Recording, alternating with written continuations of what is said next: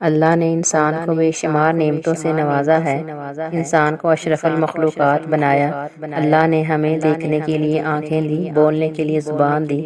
سننے کے لیے کان دیے، سونگھنے کے لیے ناک دیا، کام کرنے کے لیے ہاتھ دیے، چلنے کے لیے پاؤں اور ٹانگیں دی۔ اگر ہم اللہ تعالیٰ کی ایک ایک نعمت کا حساب بھی لگانا چاہیں تو نہیں لگا سکتے۔ اللہ کا شکر ادا کرنا چاہیں تو ادا نہیں کر سکتے۔ جیسا کہ ایک بہت بڑے بزرگ کے بارے میں آتا ہے کہ ایک مرتبہ ان پر غربت ایسے آئی کہ ان کے پاس جوتا تک نہ رہا، تو لہٰذا مسجد میں بیٹھے ہوئے تھے اور اللہ تعالیٰ سے نماز کے بعد شکوہ کیا کہ یا اللہ، میں آپ کے دین کی خدمت کرتا ہوں، آپ کی خاطر میں نے اپنی زندگی وقف کر دی ہے، لیکن اے اللہ، میری غربت کا حال یہ ہے کہ میرے پاس پہننے کے لیے جوتا نہیں ہے۔ گویا کہ جب اللہ تعالیٰ سے شکوہ کیا، نماز پڑھ کر مسجد سے باہر نکلے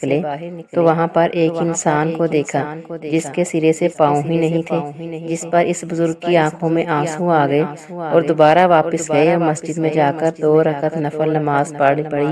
اور اللہ سے معذرت کی کہ یا اللہ، شکر ہے جوتا نہیں ہے تو کیا ہوا،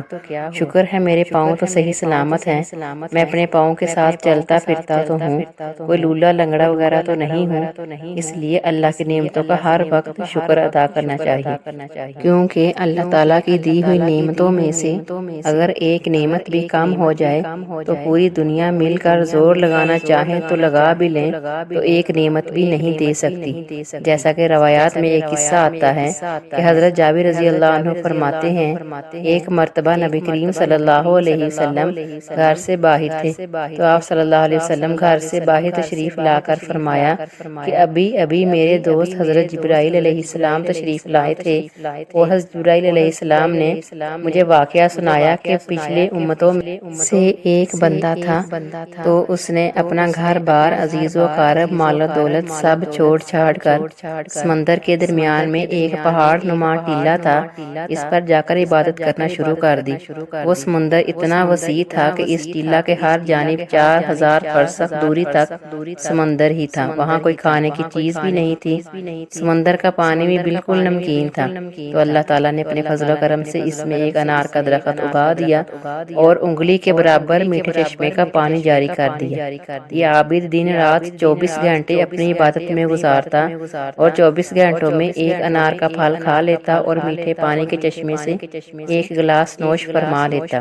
اسی حالت میں 500 سال گزر گئے، حتیٰ کہ جب 500 سال گزر گئے، 500 سال بعد اس عابد کی موت کا وقت قریب آ گیا تو اس نے اللہ تبارک و تعالیٰ سے یہ دعا مانگی کہ سجدہ کی حالت میں اس کی روح پرواز کر دی جائے اور اس کی لاش پر مٹی وغیرہ ہر چیز حرام کر دی جائے اور قیامت تک اس کا جسم سجدے کی حالت میں صحیح سالم رہے۔ تو اللہ تعالیٰ نے اس کی دعا قبول فرمائی اور سجدے کی حالت میں اس کی موت ہو گئی۔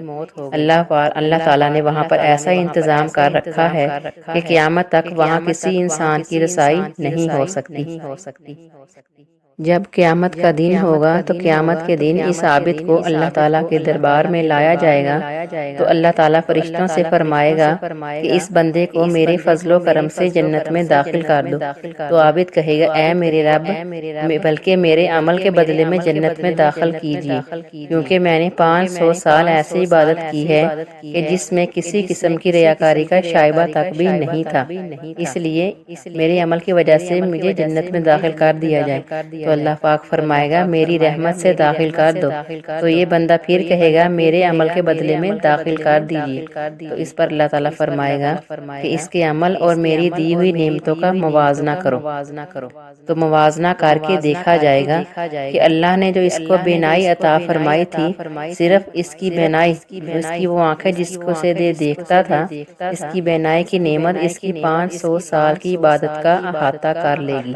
اس کے بعد پورے جسم، کان کی نعمت، زبان کی نعمت، ہاتھ کی نعمت، ناک کی نعمت، پیر کی نعمت، دل و دماغ کی نعمت، ان سب کا بدلہ باقی رہ جائے گا۔ پھر ان کے علاوہ جو 500 سال تک اللہ نے میٹھا پانی پلایا اور انار کا پھل کھلایا، ان تمام کا بدلہ باقی رہ جائے گا۔ تو اللہ پاک فرمائیں گے کہ ان 500 سال کی عبادت تو صرف ایک نعمت کے بدلے میں ہی ختم ہو گئی ہے، ہماری باقی نعمتوں کا بدل کہاں ہے؟ تو لہٰذا اس کو جہنم میں داخل کر دو۔ تو فرشتے جب اس کو گھسیٹ کر جہنم کی طرف لے جانے لگیں گے تو وہ چلانے لگے گا اور کہنے لگے گا کہ اے میرے رب، محض اپنی رحمت سے مجھے جنت میں داخل فرما دیجیے۔ تو لہٰذا اللہ تعالیٰ کی طرف سے اسے کہا جائے گا کہ تجھے تو اپنی 500 سال کی عبادت پر بڑا ہی ناز تھا، اب عبادت کہاں چلی گئی؟ خطرناک سمندر کے بیچ میں نے تمہیں انار کا پھل کھلایا اور میں نے 500 سال تک مسلسل میٹھا پانی پلایا، میری ان نعمتوں کے بدلے میں تم کیا لائے ہو؟ تو وہ کہے گا اے اللہ، تو اپنی رحمت سے مجھے جنت میں داخل کر دیجیے، تیری رحمتوں کے بغیر میں کچھ بھی نہیں ہو سکتا، میں کچھ بھی نہیں کر سکتا سوائے تیری رحمت کے۔ پھر آخر میں جب حجت تمام ہو جائے گی تو اللہ تعالیٰ فرمائے گا کہ میری رحمت اور فضل کے ذریعے اس کو جنت میں داخل کر دو،